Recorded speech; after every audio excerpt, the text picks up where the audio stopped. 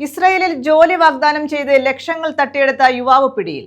തൃശൂർ വടക്കാഞ്ചേരി സ്വദേശി ജിൻസിനെയാണ് കൊച്ചിയിൽ നിന്നും ചവറ പോലീസ് പിടികൂടിയത്. കൊല്ലം ജില്ലയിൽ 20-ലേറെ പേർ ഇയാളുടെ തട്ടിപ്പിന് ഇരയായിട്ടുണ്ടെന്ന് പോലീസ് പറഞ്ഞു.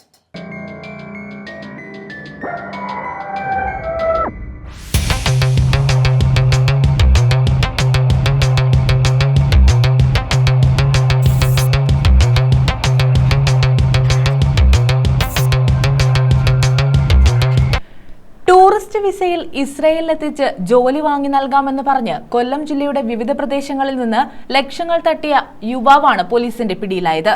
തൃശൂർ വടക്കാഞ്ചേരി ചാലിപ്പാടം നരിപ്പാറയിൽ ഹൌസിൽ ജിൻസിനെയാണ് ചവറ പോലീസ് കൊച്ചിയിലെത്തി കസ്റ്റഡിയിലെടുത്തത്.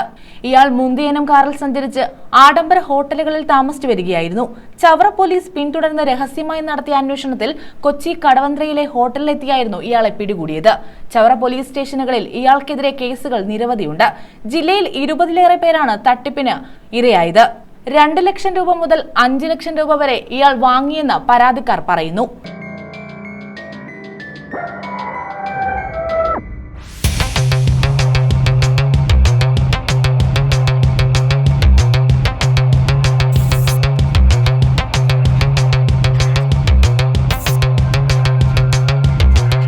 ചവറ മേലാമ്പള്ളി സ്വദേശി നൽകിയ പരാതിയിലാണ് ഇയാൾക്കെതിരെ കേസെടുത്തത്.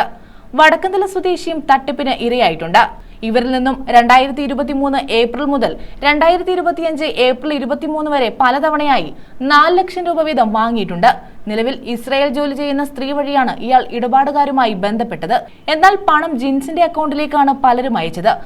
സംസ്ഥാനത്ത് പലയിടങ്ങളിൽ നിന്നും ഇങ്ങനെ തട്ടിപ്പ് നടത്തിയതായി പോലീസിന് സൂചന ലഭിച്ചിട്ടുണ്ട്. ചവറ കോടതിയിൽ ഹാജരാക്കിയ പ്രതിയെ റിമാൻഡ് ചെയ്തു. SHO Shah Jahan, SI B Omanakuttan, CPO Jayakrishnan എന്നിവർ അന്വേഷണ സംഘത്തിലുണ്ടായിരുന്നു. News bureau, Chavara.